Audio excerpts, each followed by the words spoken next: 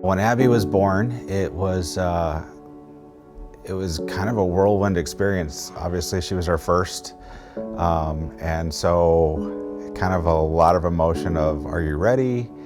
It was obviously life-changing having your first child, and she was easy baby. She's super inquisitive, curious, active, very active. Yeah, so Abby was diagnosed December 13th, 2013.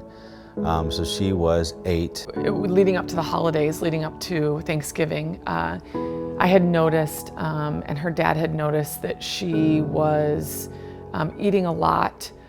She was quite thin, and we were unsure if she was just going through a growth spurt or what was happening. I asked my nanny one day to take her in just for a checkup to our pediatrician.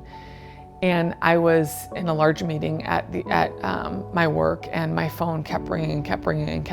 And again, we weren't there. You know, her nanny was with her, and the doctor said, I need to speak to the parents. And after a certain amount of calls, I stepped out and took it, and the doctor wanted to talk to us, and she said, where are you right now? And I said, I'm at work. And she said, we need you to get to the hospital. We're about to save your daughter's life. And it's hard, you know? You never think it was 8.5 years ago, and I still remember it like it was yesterday. It's just kind of that moment in time that just freezes, and you're just like, oh, wow. It's kind of like going back to her birth, like, okay, the world's about to change for us, and we have a new reality.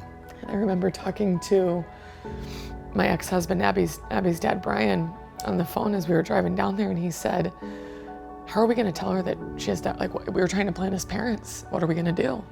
And then I just remember they got there and they were crying, and it was just all a bunch of needles and all that once I got there. And I got to the hospital, and she was in the emergency room, and the doctor was waiting for a parent to get there.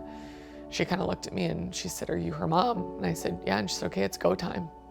She just looked so innocent. She was 8.5 years old. Seeing an 8.5-year-old kind of strapped down on a bed in a hospital felt, I felt helpless, and she looked so innocent.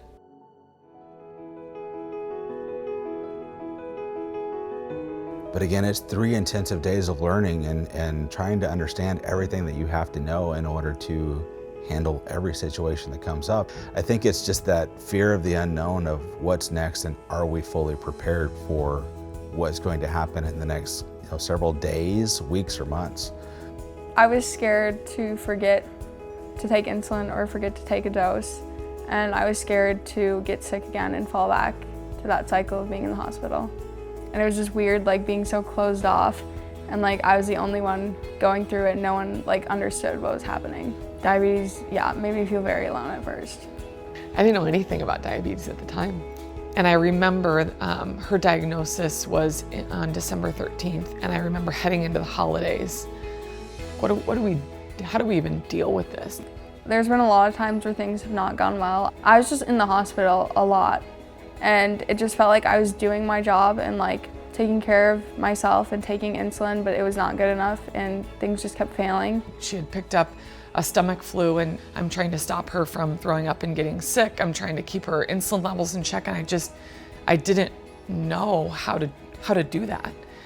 And she had stabilized me, felt like she was in a good spot. She was with her dad. We left for a work dinner, for one of Steve's work dinners, and it was maybe an hour or two after we left, and she was in the hospital. And you just start to question yourself as a parent too. We're making the best decisions for our kids. She's lucky enough to be surrounded by a great group of parents and step-parents and support, but man, it's hard. Again, it's a disease that is with Abby and with all of us 24/7, and even though she's so strong and deals with it so well, it's still always there.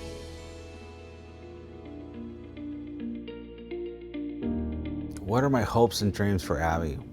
I mean, honestly, just to live a normal life. I think every parent's dream for their kids is to just live a normal life, and one where they're healthy and they're happy. A cure to me, oh man, that would mean the world. To know that Abby doesn't have to go through the day-to-day challenges of constantly checking her blood, constantly worrying about, every little detail of this, just to have that freedom. I would say to my family, first off, thank you, because I wouldn't keep going if it wasn't for them and all their support, especially on like the hard days when I just need extra help and extra love.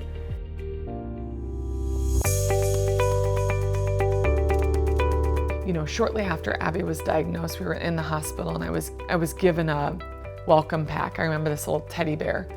It said JDRF on it, and I didn't know what JDRF was. And they said, hey, there's a big walk coming in a couple of months. It was about 2 months after she was diagnosed, and I said, we should go there. We should go see. We find ourselves at the Mall of America with tens of thousands of people raising millions of dollars. And it was our first kind of glimpse into what JDRF was, what JDRF provides. There's very few limitations when you manage it correctly and you have the right equipment. Going from a needle to a pen to a pump, they're very responsive to families and their needs. It's really important to think about organizations like JDRF when you plan your giving and you think about where you want to make an impact. Because at the end of the day, organizations like JDRF are the ones that are out there advancing research, advancing technology. There will be cures in her lifetime. And my hope is that she's able to see that. She's able to see over her lifetime something that happened to her, a way that we got involved, that we got educated, that we gave back, that we are telling our story and spreading the word and spreading the impact, and that it will come full circle, and that there will be cures in her lifetime. I have no doubt in my mind.